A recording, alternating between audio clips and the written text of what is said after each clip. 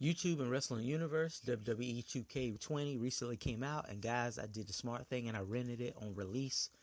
A lot of mixed reviews, mostly negative about the game. I had it for about 3 weeks, and this is my review and honest thoughts for those who have yet to have played it. First, let's start off with what everybody is talking about, the glitches. With the glitches, the more you seem to do, the glitchier the game seemed to get. I tried making Baron Corbin, and I had trouble with the cape obstructing the view of his face. Some head items also make half of the face disappear. I went to make a basic Money in the Bank briefcase with an NXT logo on it, and I got a black screen when I went back to try to edit Superstar. Another glitch I ran into late in my playthrough was when I was fighting Brooklyn, and I threw her on the couch backstage, and she glitched through the wall and wound up stuck in the door. This caused me to have to restart the match. The game done crashed later a few times as I continued with career mode. With the visuals, on first glance, everything looks crisp and easy on the eye. The gameplay, my first match was a one-on-one and I had no problems, but I had to adjust to the controller changes. But it honestly wasn't much of an adjustment, and within 3 matches I had it figured out.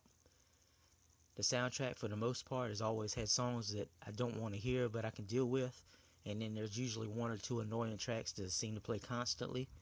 This year it seemed no different.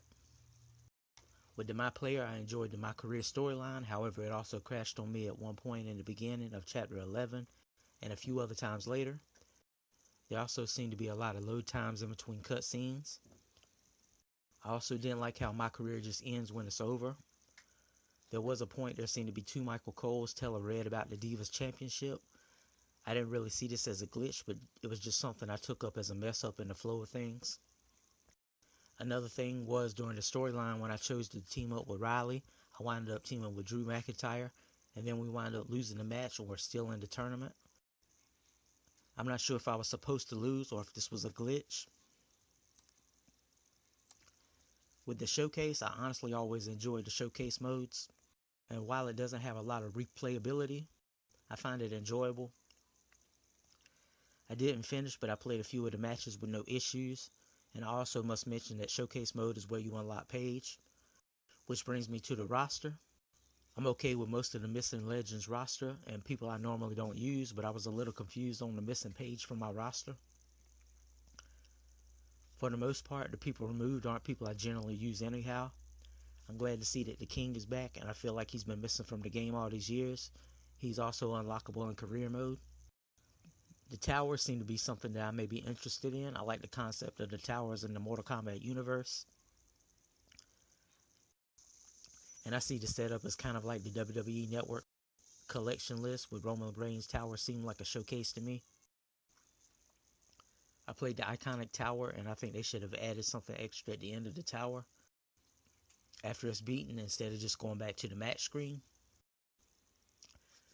Community creations is always a very important element in the game for me every year, since I usually rely on it last minute to get my roster as up to date as possible. When I first got the game, I noticed there still weren't a lot here. Later, the game received a patch, and I noticed that the creations began to increase. This was nothing more than a way to give me something to complain about. More times than not, your download would get all the way to the end, but then would never fully download and get stuck on the loading screen. You also have no way of knowing which ones this will happen on, which makes community creations pointless.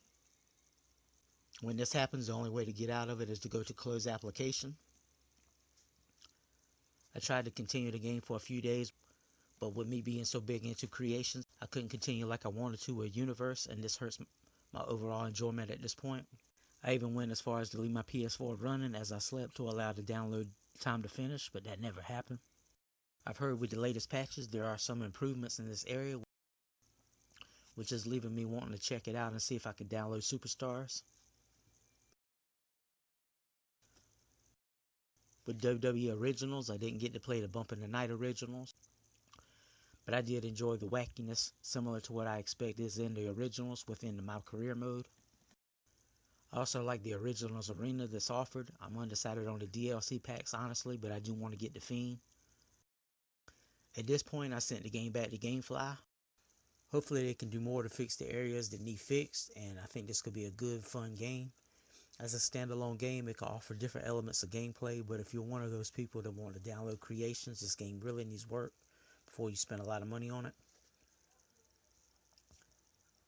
At this point, I hadn't played WWE 2K19, but I would say I enjoyed the concept of this more than WWE 2K18.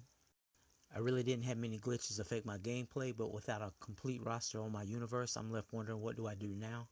My last match was a normal 8-woman match, and the legend of the game didn't let me down, and it went out with a bang by freezing and taking me to the error screen. The game's had 2 patches since I played, but apparently there's still issues. I know that the latest patches added the Creative Championship and made it possible to choose the type of cell you have for a Hell in a Cell match. I also think that having random select back is a minor detail that I like having, which is also back. I won't do what a lot of people do and lie and say I won't get the game.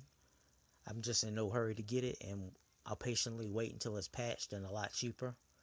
I have gotten every game so far, so why wouldn't I get it at this point? Deluxe edition for $20 will work for me though. Anyhow guys, how are you enjoying WWE 2K20? Comment below and let me know your thoughts. Do you have it or do you plan to get it? As always, thank you for everything that you do, and thank you for taking the time to listen and watch these videos.